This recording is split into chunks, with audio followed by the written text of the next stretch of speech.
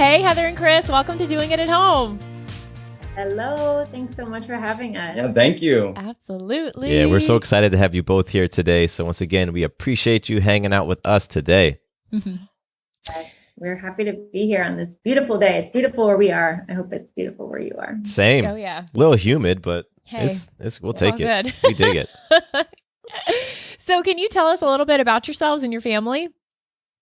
Yeah. So I'm Heather, and this is my partner, Chris. We've been together 10 years this month, actually.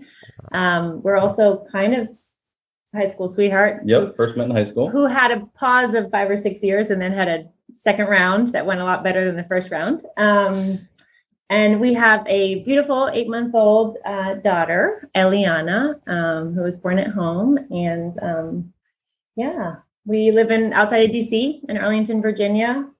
I work in education, and Chris works in arts in the gallery world. And that's pretty much it. that's who we There you are. go. In a Wow, box. beautiful. Love it. Yeah. So you have an interesting history with Homebirth. Can you tell us a little bit about that? Yeah, so I was born at home. My mom had 3 kids, and they were all planned to be at home. My older sister was a month early, so she was born in a hospital, totally fully cooked and ready, just came early, and so they had to go to the hospital. But myself and my brother were born at home in the 80s. So actually growing up, whenever we played that game, Two Truths and a Lie, one of my truths was always I was born at home, and nobody ever chose that as a truth, because it was just like so out there. I didn't know anybody else who was born at home, growing up. So it was kind of like my fun fact that I would share with people. So yeah, and my mom, I asked my mom recently, like, how did you decide to have a home birth? And she doesn't remember. Like she was part of that circle of just crunchy people, and I don't know. I think that's what she chose, and my dad was on board, and so there isn't really a cool journey to home birth for her. It's just kind of like she was in that circle, and it made sense to her. Yeah. But for me, I always thought it was a really cool option. I think I grew up kind of feeling like pregnant women are not sick, and so hospitals are kind of an odd choice, I guess, and I also saw birth as really one of the coolest things that the body can do. And so I was always kind of enamored with this idea of, having a birth at home and something I knew I wanted. It wasn't even it naturally just kind of came up in conversation because he knew it was something I was passionate about, just kind of home birth. My sister also had 2 kids at home. So I was able to attend 2 home births in my early 20s. Oh, wow. Which I think was probably pretty unique. And then actually before we had Eliana, I attended 2 births in the hospital with midwives. So by the time I was pregnant and having a baby, I had been at 4 births, which I think is pretty not common that people have had that experience. That's cool. And I remember at my nephew's birth when I was 19 at home, he came out, and I just my world just exploded. I was just like, this is the coolest thing that can happen. And if everybody could experience this, the world would just be a much more peaceful place. I just felt like people need to experience the power of what just happened. It was, so it was very transformative for me. And actually the midwife who delivered myself and my brother delivered my sister's 2 kids too. So just such a tight knit, I don't know, kind of warm feeling around birth and around being at home for birth and midwives, just kind of facilitating that experience. So yeah, I guess I'm a birth junkie-ish person, I guess you could say. Love it. Yeah. We are in great company. Yeah. That's such a cool history for, with home birth. And I think the fact that you attended all those births prior to yours is incredible. Yeah. Yeah. I think it definitely shaped kind of who I am and the thoughts and values I have around birth. And it's something I would openly share with people too. And whenever if I was ever watching something on TV that showed a hospital birth and just people screaming in panic, I'd always be like, this is BS. I'm like, it's just, this is not, I hate that this is the one narrative that's shown, publicly about what birth is like. It's just not like that all the time. And I wish people could see, the beauty, the calmness, the power, that's like it could be too. So yeah, I think it's something people know that I like and talk to me about. So. I wouldn't say I was hard to convince, No. but you can clearly see that there's passion. Yeah.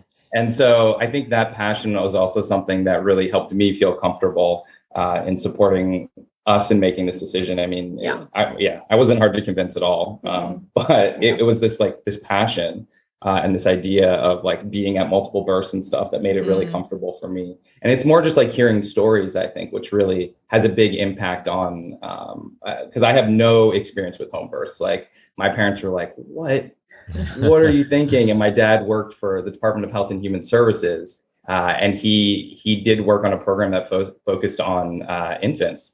And he was, he was very worried. We'll say that. Yeah.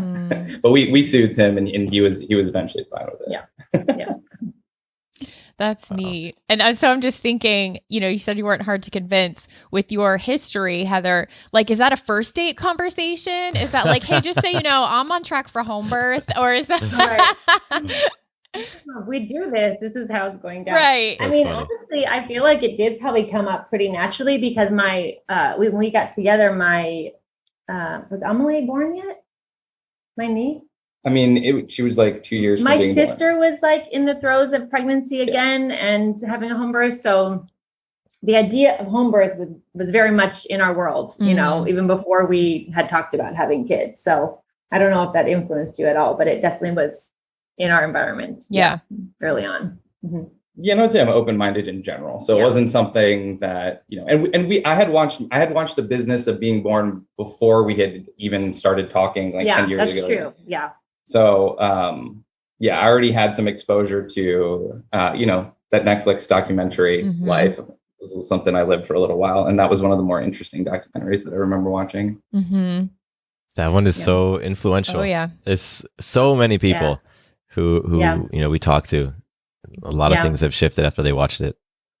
Yeah. Because it was just also so available. Like it was so out there and accessible and well promoted. And I think that has a huge impact on things. Like it almost felt mainstream in a way, like for Netflix documentary at that time, many years ago. Yeah, for sure.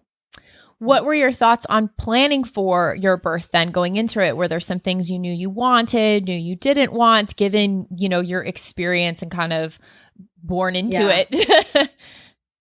Yeah. So honestly, the whole birth plan piece was, it did not come intuitively for me because I kept coming back to this feeling of like, I've never done this before. Like, how am I supposed to know what I'm going to like and what I'm going to need? And so maybe that was good because it helped us kind of really brainstorm big and, let's think of what we could possibly do, so we did opt to have a birth pool or a birth tub in our house.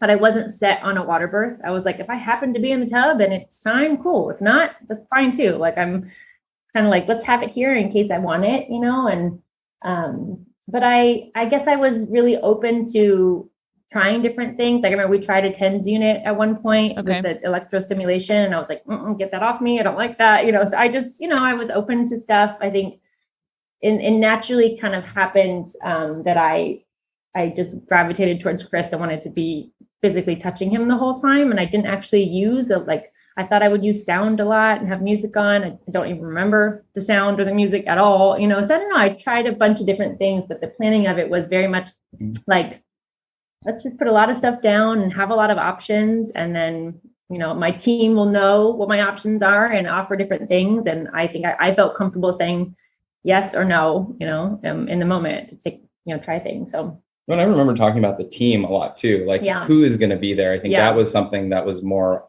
on your mind and on our minds just generally. It was like, it's COVID, there's pandemic considerations, what does the team look like? Who's going to be there? That was something that I think was very clear from the beginning. Like, feel like that's kind of where we started in some way. It was like, who's going to be there? Who do we want to be there? Yeah, that was probably more important than the what will happen. It's who's there. Yeah. I think that's great. So one thing that I heard is have the options available. That's a big thing that comes up in our community and I see in our conversations or whether it's social media, do I have the tub? Do I have the TENS unit? Do I have whatever the things are? And especially if you haven't birthed before, I am all for have it there. Better to have it there and not use it then wonder if it could have been the thing that helped you most. So I love that you mentioned that. And then I also love that the team is so important. The energy, the people who are in the room, the people who are on board really makes a difference in terms of the support that you have. So I love that those are two big elements here as we go along the story. Oh yeah. And I will say too, the frame of mind that we had, people said, what are you going to do about pain? And I would always say, well, my comfort measures will be, so I always had that kind of, it wasn't pain management, it was comfort measures. And then for the team, I think, my sister is a doula, actually. I mean, she's currently actually in nursing school to become a midwife, but by the time of the birth, she was she was still in school. But anyway, she had a lot of experience with birth, and so I think that was, having her here was really important to us. My mom, being someone who had kids at home, was important. And then we actually ended up having 9 people, which is more than I thought we would have, honestly. Yeah. And then and we don't have a big house.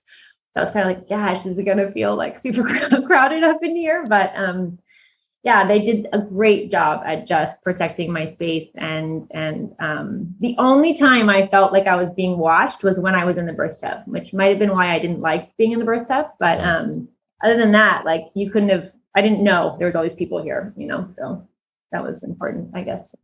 Yeah. We had like the best friend photographer, the best friend who's 2 births that Heather had been to. And then, our midwife had her sister. Yes. Her sister, who was a kind of midwife in training, came to along with a birth assistant, who's also a midwife in training. So we had a stacked team. I felt super safe and super supported. Everybody was fantastic. I mean, that was I think that was a big part of the preparation too, was just meeting people that we weren't familiar with and getting to know them more and building that trust. Because I think for me, throughout the process, building that trust was so much more important than this specific thing or this other specific thing. I left that more up to Heather, but for me to feel comfortable and supported, it was really about having trust. And all the meetings that we had with people went so far into building that trust. So whether it was meeting with the midwife or meeting people who had been with that midwife before and were back again, all that was just really helpful for me. Had everybody who was on your team, had they all attended Homebirth before? No, actually, my sister and my mom had, but the friend of ours who we asked to be our photographer had not. And she used to be a roommate of ours. And so when we asked her, we took her out to dinner and we're like, we have a question for you. We know she knows us and she knew I was going to have a home birth. We're like, will you be the photographer? And she was so honored, and she was so sincere. She spent the next few weeks doing all this research about home birth photographers and what to look, because she's an amateur photographer, but I think she says it was one of the most impactful experiences she's ever had, being there and just clicking away. So it was really cool to have her in this space and to let her experience that. I know she wants kids in the future, and regardless of what she does, how she wants to give birth, it's I was happy to give another person that experience of being at a home birth, and just seeing the power of that. So especially somebody so close to us. Yeah, somebody we love dearly. So it was really cool. Yeah. I mean, the impact that being at all those births had on you, it's a beautiful gift to be able to give somebody else. Yeah, I think that is exactly how we were thinking about it. Yeah. That's cool. Mm-hmm. I want to hit on the building trust element for a second, because with the team, because I see a lot of questions out there in the community on, who's going to make the cut and how to decide that. So if you could just offer a point or two or some feedback, if someone is wondering, should this person be at my birth or not, what you would offer to kind of make that choice, what those delineating factors could be. I think for me, it was about people that I did not have to worry about hosting, in any capacity. I don't want Chris or I to have to be thinking about oh, are they comfortable? Do they know where the bathroom is? Do they need food? These people need to be able to hang, what is that term? Standalone kind of thing, and read the room, people need to be able to read the room and take direction.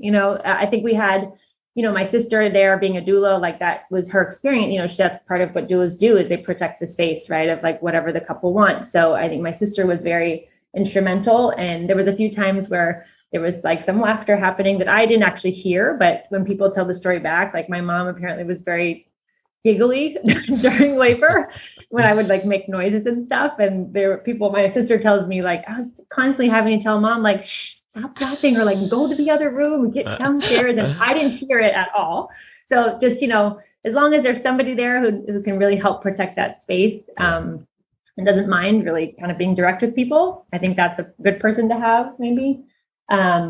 I feel like trusting your gut is a really big part of that. And I know that's not a very good answer because it's not very specific, and people have different levels of like how they build that out for themselves. Yeah. But for me, it was something that did not come with like one meeting or two meetings. But, as we met more with our midwife, and then our midwife was like, can I bring my sister? She's training, this type of thing. Like, because I had so much trust in our midwife, and we had built our relationship, I was like, okay, well, I trust her to make a good decision about who to be there. And then we were able to meet them. So if there was somebody that, was going to be there that you had not met, but like definitely meet everybody who's going to be there. Like I would say that for sure. But I think a lot of it was just trusting my gut. And because I feel like too, during the actual process, so many things came down to that. Like so much of it was about being trustworthy and giving trust and receiving trust. And like a lot of it for me functioned around that. Yeah. And I think it's,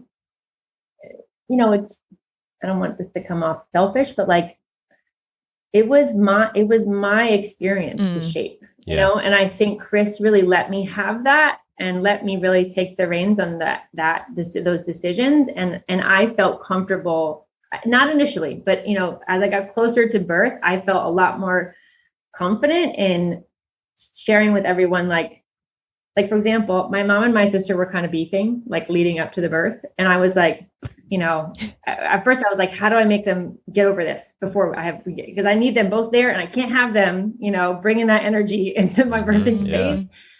And for a while I was like, how do I fix this? But then eventually I was like, you know what? It's not my job to fix their relationship. Like, I just need to be clear about what I want at my birth and ask them, can they do that?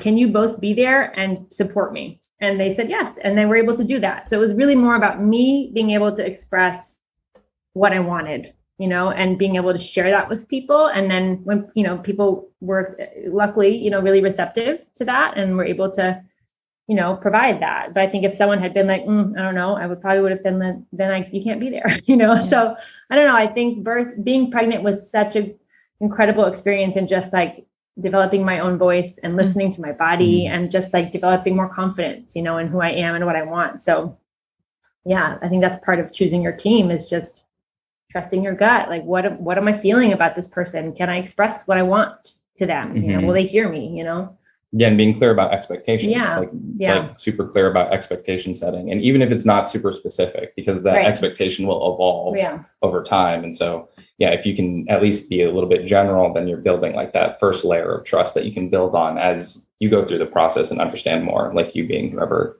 out there is going through it. Yeah. Such a great conversation, because I know that there's, people who feel like are obligated to invite certain individuals, family members, friends, like, oh, okay, I'm having this home birth and I'm choosing to have multiple people, so I guess I have to bring this person along. And what I love from the two of you sharing is it no, doesn't have to be the case. You feel the energy of that person. Are they going to add to the room? Are they going to add to the experience? And if they are, great. If not, you don't have, it's like you said, Heather, it's your experience. Yeah. And so you get to choose. And I also love that there's elements of, speaking your voice, advocating for yourself, being clear, being courageous with your words, all are such wonderful things to practice. And it sounds like you both really leaned into those opportunities. So I think it's fantastic. Yeah. Yeah. I heard you had a similar experience when I listened to your episode. We certainly did. Yeah. Yeah. So, and again, I'm glad that we, stood up for ourselves, so to speak, and advocated for ourselves and spoke clearly, because it rippled through those people in our lives. And, the stance that we took for ourselves and all of those things the impact of that is still felt today. And, the mutual trust and respect and all of those things are still felt today. And that was 5 years ago. Mm-hmm. And so it's, it goes Incredible. beyond just the birth experience. Yeah. That's a great point. Yeah, I think it is a good lesson for life, and whether it's your birth or it's elements of your family experience. Do not give someone VIP access who is acting like a nosebleed section person. That's what comes up for me. Like, do not give someone the backstage pass when how they're showing up. They need to be a little further back. So that's what comes up for me. The whole parenting journey has been like that too. Sure. It's like yes. Learning how to just be confident in our choices and set boundaries and expectations, and and also know where productive conversations are going to happen and where we're not going to have a productive conversation, and So also true. knowing when to kind of like cut something off. I heard an expression, the expression "choose your battles." Yes. My sister said she heard recently, "Don't know, it's not choose your battles, choose less battles." Oh, I'm like, I'm like, totally. Just choose less battles. I agree. So I think that applies to these conversations sometimes. Mm-hmm. Let's take a quick break, and when we come back, walk us through the birth experience. Yeah, that's good. Mm-hmm. Okay, so tell us about birthing time. So, all right. So my guest date was 2 days before Thanksgiving. Fun. And Cool. And my sister lives in Charlotte, so it's about 6 hours from us. And so, a big part of like leading up to birth was like, all right, when do we tell Chloe it's time to come, get in the car, and she had been a doula actually for several other births in the DC area while living in Charlotte. So she was familiar with having to jump in the car at midnight and drive, but we were really trying to avoid that because we didn't want her to miss the birth. So she, there was a lot of back and forth, leading up to that week of, okay, how are you feeling? Should I come? And it was really stressful, and finally we decided the Monday before Thanksgiving, she had one test to take that morning. So it was like, okay, just take that test and then you're off for a week for Thanksgiving. So just come, and if I don't go into labor, that's fine. At least you're here and we don't have to worry about it.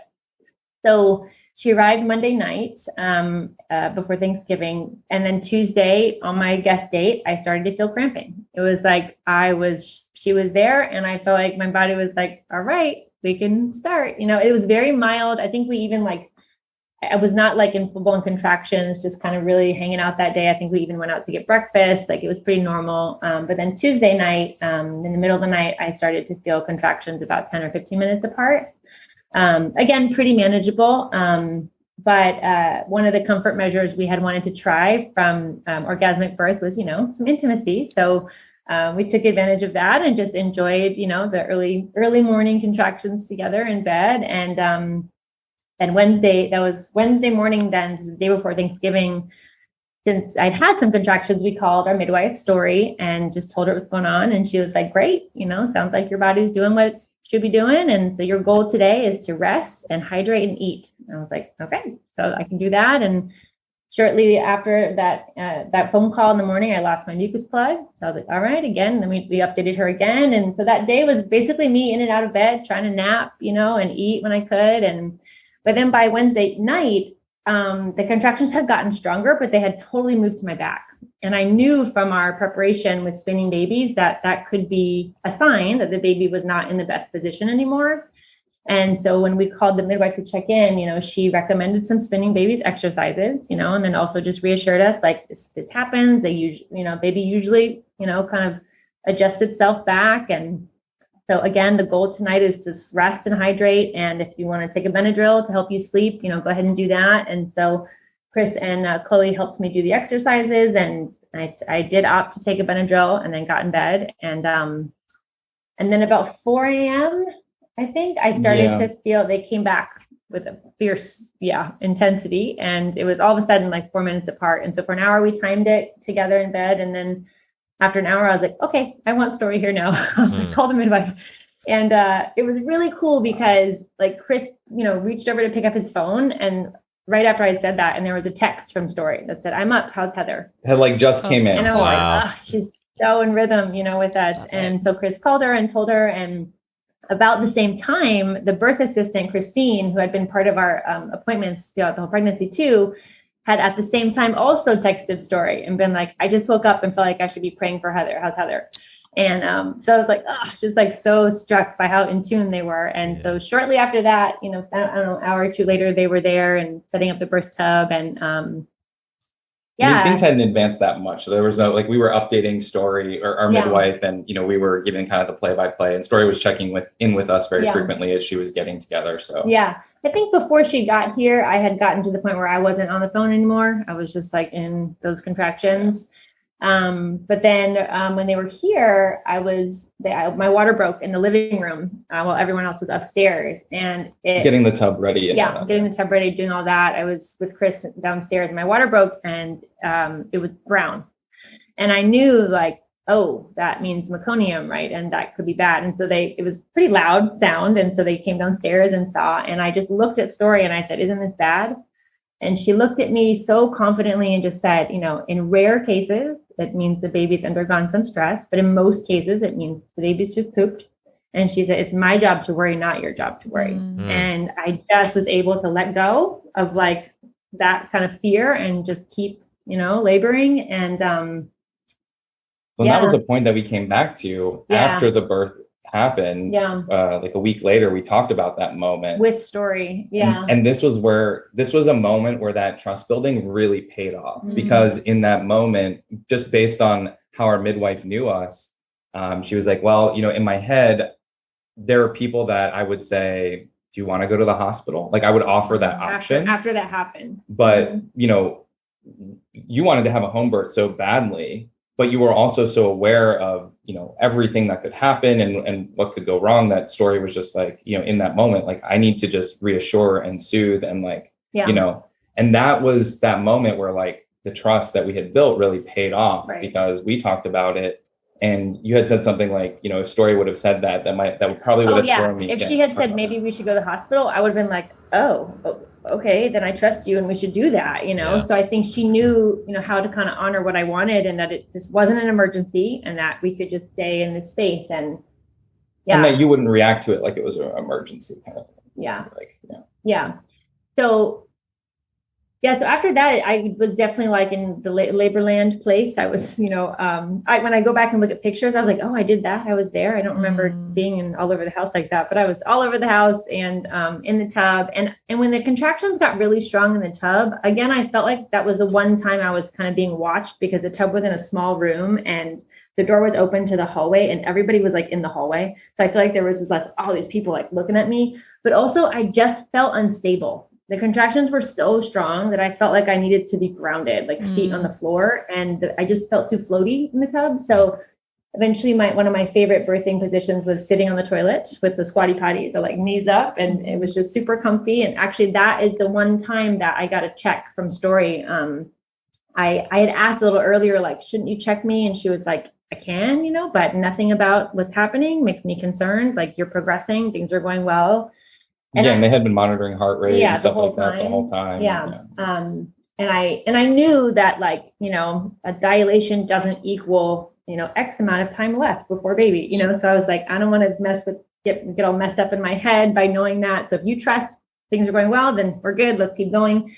But I had kind of been pushing some when I was on the toilet. And so she checked me, and then she said, if you put your finger in about an inch, you can feel your baby's head.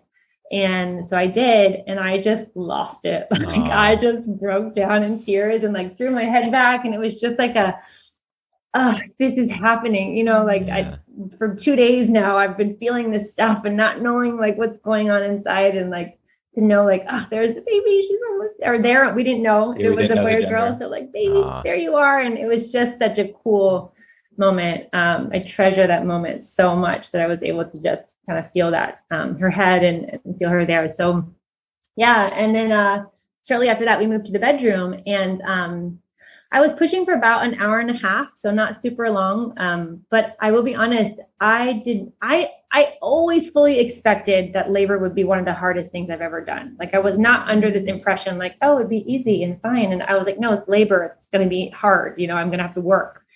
But I did not expect to have to push as hard as I did, like just with the more force than I could have ever knew I was possible, of manifesting. And so anyway, I was pushing and on my side for a while, and the baby was coming, but it was kind of taking not long, a while, but Story basically recommended, why don't you squat on the floor and have Chris kind of behind you on the bed? And I said, that sounds great. Because I think the grounding thing came up again. I was like, I want my feet on the floor. And like, just to set the stage a little bit, like Heather was on her back on the bed. Our midwife had Heather's foot on her face, like right here, and another foot on her body down here. And I had a fan in my mouth, and Heather was squeezing both of my hands, and I'm like fanning her with this little fan in my mouth. And through all of that, we couldn't like, she needed to like ground to push on. So we were like, I think we need to move this somewhere, because Story and I were kind of like trying to push back, but it wasn't, you're too strong. We have all these great pictures of these moments. But as soon as I got into the squatting position, like she came, like within a minute, like 2 pushes, she was out. Yeah, like I was behind you. Yeah. And you had your kind of like elbows resting on my knees. Yeah. And I was so close to the ground, that the Story caught her and just kind of placed her on the ground. Because one of the things that we wanted in terms of our birth plan was we had watched a documentary by Karen Strange. She's a midwife and neonatal resuscitation expert, and she really focuses on the baby's experience of birth. And so we watched this video of hers about the baby's experience, and we really were cognizant of the fact that like the baby was going through birth too, that it wasn't just my experience of giving birth. Like the baby and I were doing this together. And so when she got here, we wanted to give her a moment, this like pause of like, rather than just immediately getting scooped up or immediately going. So we just like, you just got here. Like, and not just for her, but for me too. Yeah. Like this crazy thing just happened. Like, let me take a breath, And so Story knew that. So she just kind of directed her onto the ground, and then she came out screaming and bright red, which is what you want if there's any meconium present, just so they know there's oxygen and breathing's okay. And she was huge. She was 9 pounds, 1 ounce, which we did not anticipate having a baby that big. Nice. Well, in that pause moment, though, I think something that we talked about too was just, and everybody knew this, that was part of the birth team. So everybody that was there was on the same page that there was going to be like this pause, but it was an open pause. It was like, we just want to give time for something to happen. And that something could be nothing, but that something could also be just immediately reaching down and picking up the baby. It was just kind of like, we don't want the baby to come out and people just like yelling and photos going off and like all this stuff, like all happening. We just wanted to have like a moment. And I think it also naturally happened a little bit too, because we were worried about the meconium, but we weren't like, absolutely terrified. But I think there was that moment too. And then the gender was another thing, because like we had completely glazed over that. We were just like so excited. Yeah. And then somebody finally was like, wait, is it a boy or a girl? And I was like, it's a baby. Right. But by the time I wanted to pick her up, her cord was so short so that I couldn't really pick her up, and she was so slippery, and so she kind of stayed there longer than I anticipated. And then eventually I was like, I really want to pick her up. And Story was like, you can just put her like right at your lower belly. So I was already squatting on the floor and she could only come up to my belly. So it was really short, but luckily again, within a few minutes, my placenta detached and came out quickly. So we were able to then stand up and get to the bed. I see all these pictures of birth and the moments the baby comes and just the expressions on people's faces. And I feel like I had this, I had wanted to also have this expression of bliss or, whatever, of just like this magical moment that just happened. And all the pictures of me, I'm like, what? I'm just like jaw dropped open, like exasperated, like in the 12-minute video of like her birth and the next 10 minutes after, I think I say, holy shit, like 10 times. I'm like, this baby just came out of me. I'm like, what just happened? Yeah. Like, I just was so blown away by what happened. And, but there was comedy. I remember one of the things that you said very soon after she came out was, oh my God, she's got my thighs. Yes, I'm an athlete, so I have big thighs. And I was like, oh, she has my chunky thighs. I love it. And, it was just it was not this like calm, blissful moment for me. It was like this, like, holy crap, what just happened, and there was one moment afterwards that I voiced, like there was moments there where I didn't think I could do it, and everybody was like, I could never tell, like I had never expressed that during labor, but it was like when she was finally here, I was like, wow, I can't, just I was just in awe, of what just happened. And I also was just hopped on adrenaline and oxytocin, it was just, and I did not feel the reality of the situation, which was that I had a 4th-degree tear, that she had come out and ripped me wide open. And I did not have any awareness that happened. I was not in pain. Yeah.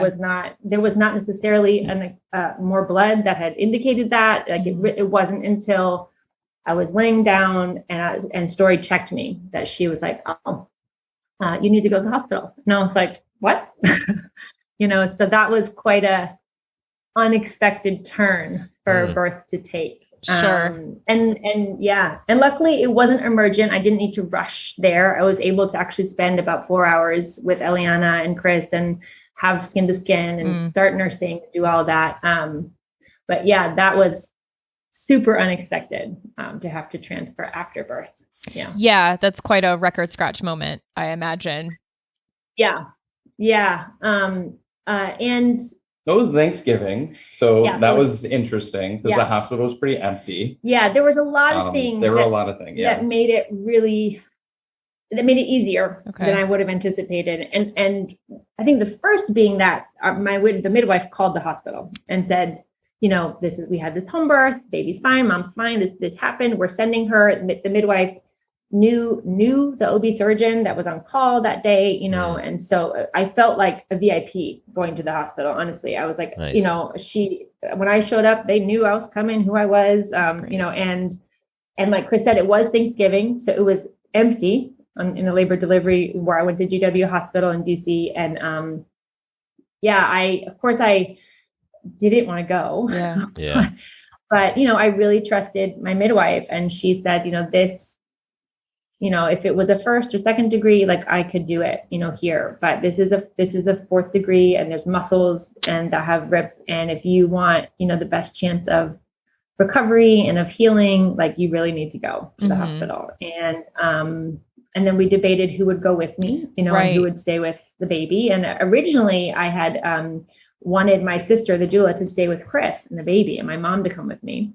And then Story and all her wisdom was like, don't you want your doula to come with you to the hospital, who like knows how to navigate hospital settings? And I was like, oh yeah, that's a great idea. And in retrospect, my mom would have been a hot mess and not have known like what to do. So I'm so glad my sister came again, who just is a doula, and was just really able to advocate for me when I was in such a vulnerable place. Like hours after having a baby, having to just like leave my bubble of my home. And I was just crying on the way to the hospital, and just left my baby with Chris, and, just so many unexpected things. And I remember getting to the hospital and going through triage, and there was a small part of me that we had, before we had left, Story said, see if they'll do the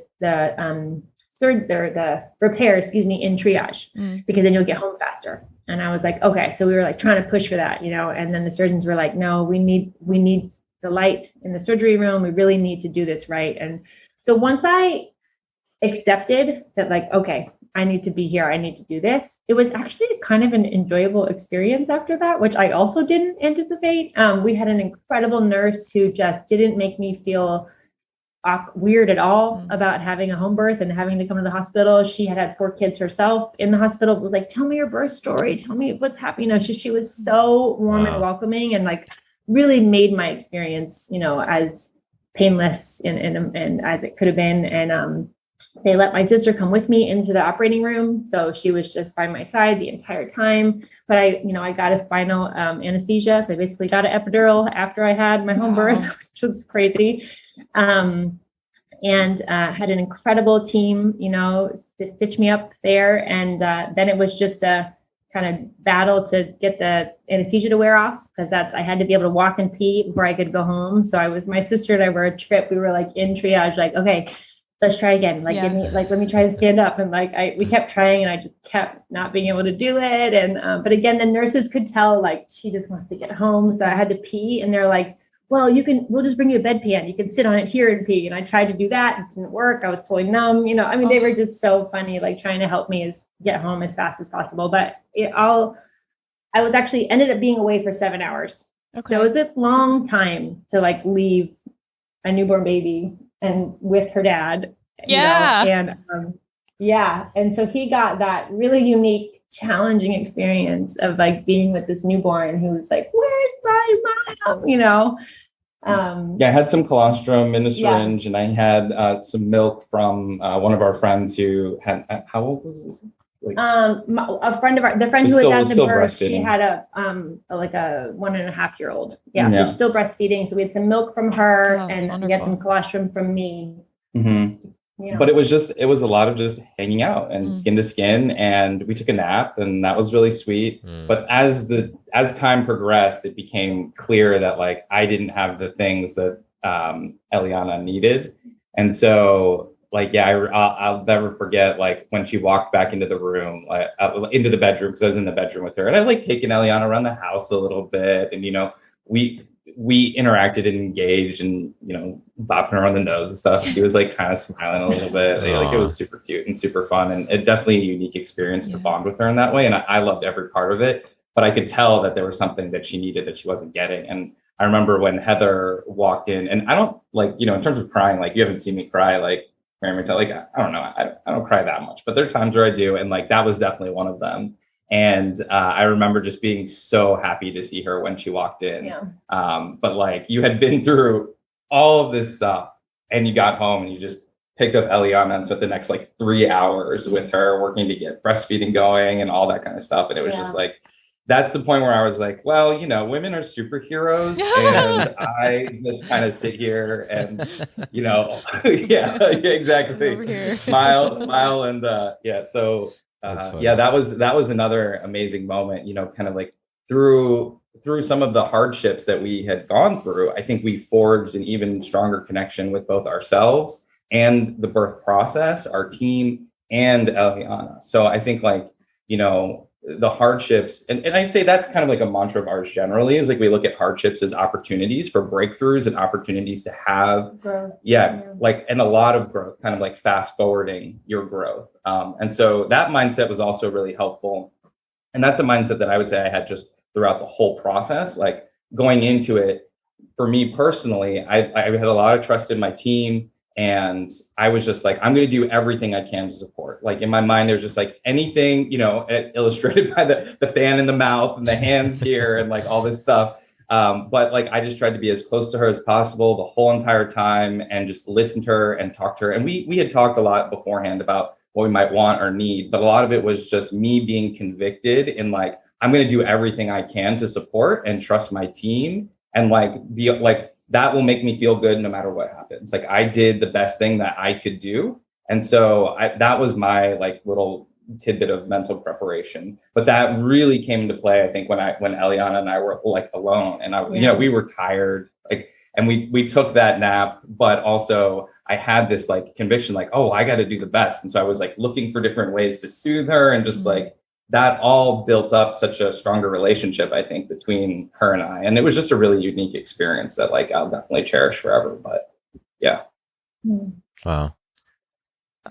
And then you come home, and then there's like the completion, there's like the restart of the golden hour, so to speak, and you get to move into that zone. And even with the curveballs, then you create that experience when you're all together. When you that Karen Strange documentary illustrated that like the golden hour can happen at any point, kind of thing. Like, don't feel like if it doesn't happen immediately that like you're out of luck or something like that. That's not how it works. It can happen in the first week, the first month, like just make it happen. And Heather, when you returned home, who was there?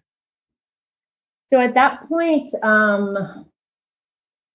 I don't know if anybody else was there. I think that for sure somebody was there, because that was part of what I had requested. Like, somebody stay with Chris. Like, don't have everybody leave. But the midwife had gone by then. At that time, Eliana was totally fine. She was 10 out of 10 and all her APGAR scores and everything. But I think maybe one of our close friends was still there, just downstairs. Like Chris was alone with her in the bedroom. People were there just in case he needed anybody. Cool. And I guess my sister came home with me from the hospital, and then she stayed with us for 5 days to provide some postpartum support. So she was there as well. Yeah. But yeah, it was just them. Yeah. And I feel like the adrenaline, I got an extra dose of adrenaline with the hospital visit. So I was just charged for probably the next 48 hours. I remember maybe 2 days later, I was finally like, come down from it all. Now I can like breathe, and like we're here and we're home and everything's okay. And, you know. Well, and I would say all that work that we did to create the birthing environment that we created overlapped into, well, after you had left for the hospital and stuff like that, like I felt also that birth environment still happening around me while I had Eliana. So it was like that went even a step further and had a bigger, like, there were like remnants of that. I still feel like in relationships and in our space. And like, I think part of creating that safe and trusting environment was also like setting us up for success moving forward. Like so much of all that work that went into that forwarded our relationship a lot. And I'd be remiss if I didn't share this, because Heather, we talked about this a little bit before, but for the other thing that I want to share from my perspective is that, like, for me, being like, right, because like the whole time Heather and I basically have body contact, like she was holding my arm or something like that, like at the very least, or just like fully wrapped around each other. And for me, like, birth was a really romantic experience. Like for me, it was really like seeing this happen, like, it was so beautiful. And like, you were working so hard and I was just like, oh my gosh, I feel like I'm not doing enough. And like, I was just trying everything I could think of. But for me, and like, you know, for anybody else out there that's looking to support, like, for me, it was a really romantic experience, because I was there to just do everything I could to try and be my best self and trust my team and that kind of thing. But that gave me the space to have this romantic experience where, like, you know, I wasn't worried that much about all of these specific things, because I knew we had a good team, and that opened up space for me, I think, to have this romantic experience of like, oh my gosh, this is like the most beautiful thing I've ever seen. And so this is something else that we talked about sharing that I really want to share. Yeah. Oh, that's wonderful. I'm so in love with the both of you. I'm over here just like, oh. I know. All these birth photos is like Chris just like gazing at me lovingly. And I'm like making all these like hard birth faces. And he's just like, oh, she's so beautiful. It's so funny. Goals though, goals. Yeah. Have a partner who will look at you in the throes of labor like that, with that sort of affection and commitment. And that's it. I'm so excited for couples to listen to this together. I will very much recommend that as a preface with this conversation, that couples listen to this together, and then also watch this, because there is another added element of seeing someone's face sharing their birth experience and seeing the two of you do the dance again and have the organic responses and reactions in just your body language and everything. There's really something special to that. And that's why I love hearing birth stories so much. And everyone is so unique. And I'm just so grateful for what you've contributed now into this space. And Heather, I know you said there were some resources that were helpful for you, so I want to make sure I get those from you, and I'll put them in the show notes. So anyone who's interested in checking out anything that supported you, because clearly everything you did worked really well. And so this is a really great example for people to go off of. So I just want to extend our gratitude again, and thank you for being with us and joining us here on the show. Thank you so much for listening and creating the space for these conversations to happen, because it's so important, especially for people who are on the fence about home birth, like just to be able to hear experiences. Like that's what really helped me, and that's clearly what helped Heather and built the passion for this. So yes, normalize home birth. Yes, that's what we're all doing. Wonderful. Thank you so much.